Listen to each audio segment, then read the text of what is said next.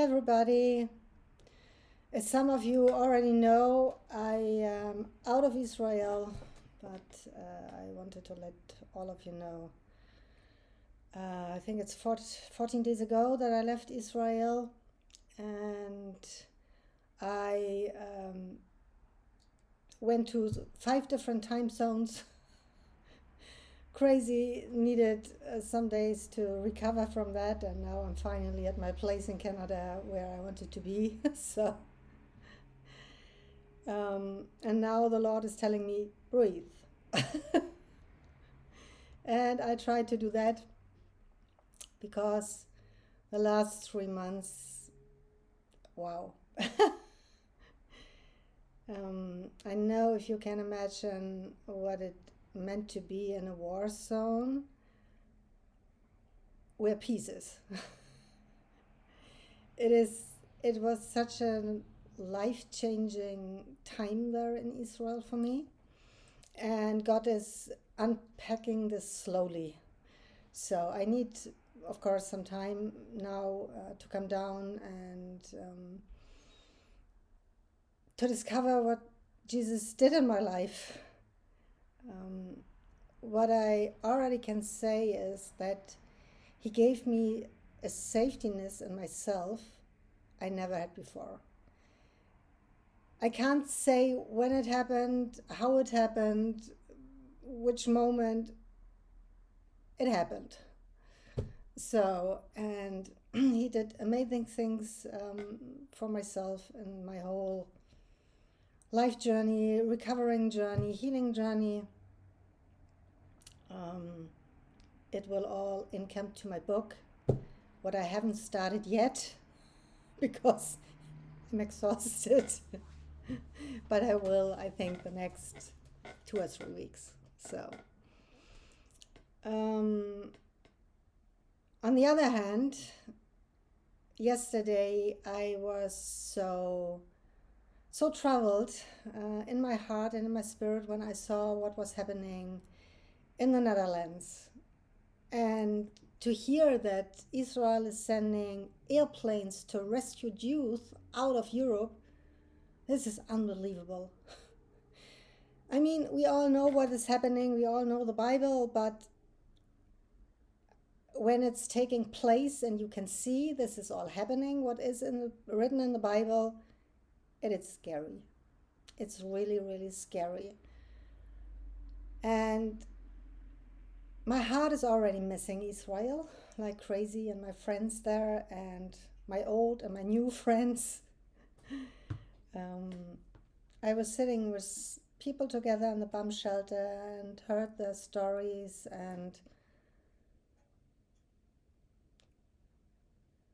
between normal life, what is going on, and I was chatting with a person yesterday, and she said, yes, but the people out of the Gaza Strip and whatever, and I'm so tired of telling people that the media is twisting the truth. So, and yes, okay, the 7th of October, but now, and I was at all the places where all this bad things happen at the 7th of October, and I felt the sadness on this country and in the people, and the economy is getting down again.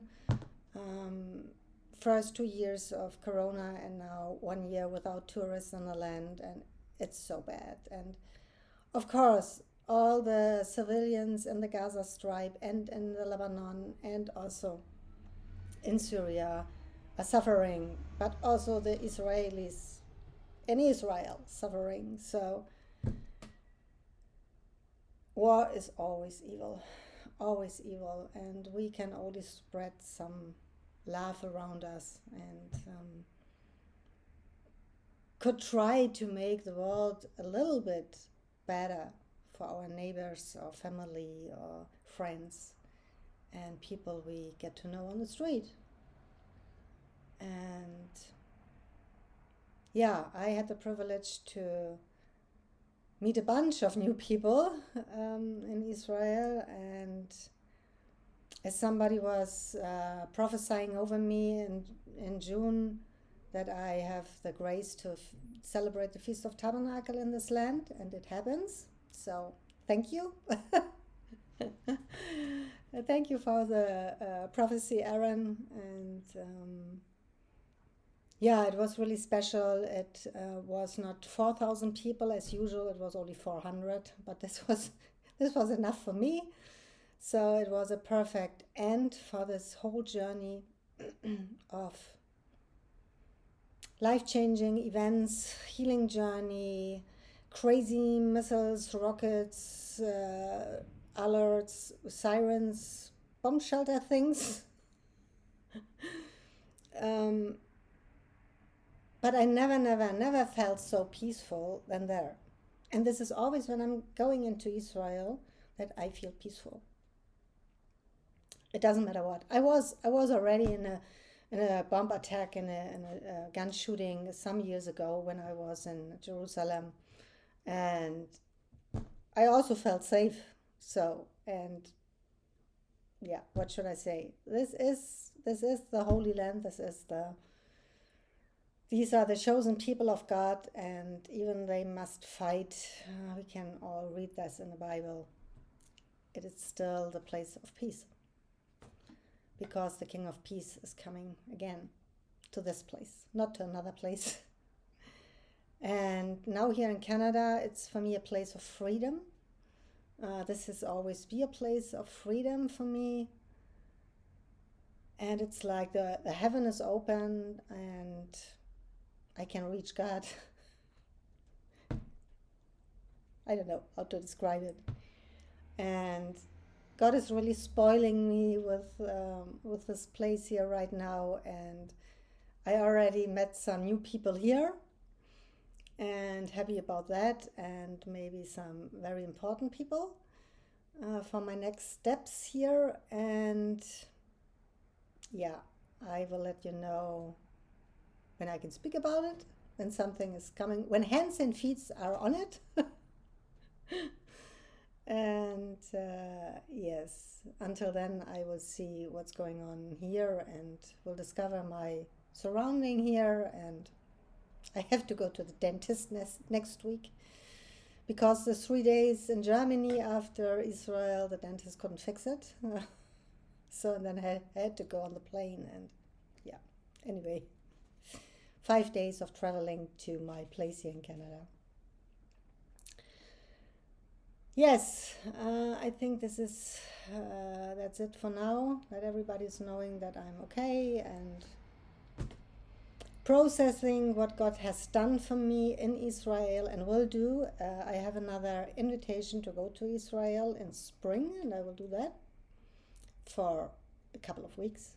So maybe to give a seminar for adoptees to find their voice and to get out of that trauma. And yeah, we will see how this will went. How this will go. And yeah, and maybe I will also go to Egypt in spring before I go to Israel. But I will let you know when it's fixed. So, and until then, I will breathe and I will recover. And I mean, it is gorgeous here and I love it here. And yeah, I am already Canadian. I always was. My dream was always to move to Canada since I was 17. I already had this dream to move to Canada, and I hope this time it will come true. After this heavy 14 years of traveling and discovering the world and see the miracles of God. And yeah, I will. I was speaking with a pastor today from Germany, and she is knowing me since, I don't know, a long time. And I said to her, because she was a little bit, oh, this is so heavy, what you are doing, and you're always in the middle of something dramatic. So, yes, I am. But um, I said, I will never, never regret what I have done. Never. So when I decided to say yes to Jesus, and when he asked me if I'm willing to pay the price for what he has in store for me and wants to do through me, I said yes, of course. And I never, never regret that. And I will never regret this. Even the journey is sometimes hard and dry and not knowing what and where, and I'm still not knowing. So, but it is amazing to be so dependent on God and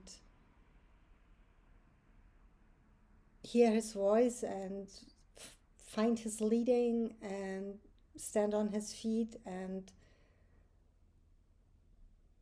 yeah, I can't describe how this life, it is amazing. It is really amazing. And I'm living my dream. And even though my life is making a shift now, I can feel that. And it gets time because I really want to settle down. I need to settle down because I'm really, yeah. And the next the next assignment is there for me, and therefore I need to settle down. And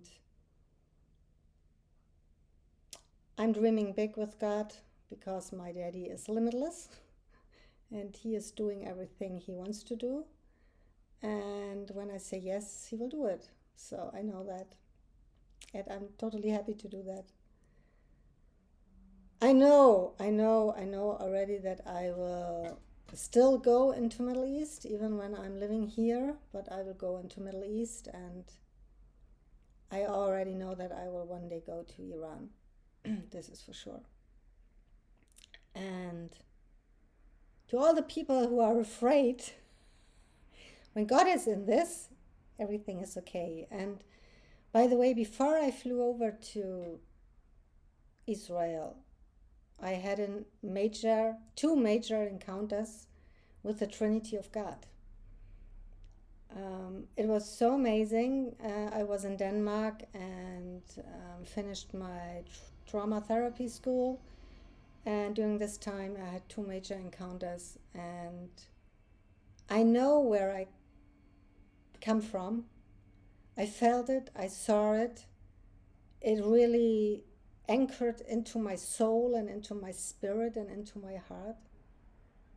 And I know where I'm going to. So, and I'm like Paul saying, it would be better for me to go to heaven, to die.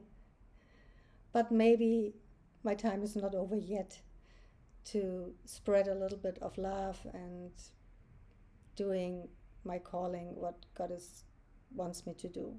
So, and when my time is up, my time is up, even if I'm in Israel, in Iran, in Canada, or somewhere else. So, and I'm fine with that. Okay, it's getting dark here. I will have a little bit of quiet time now and see what is God is up to.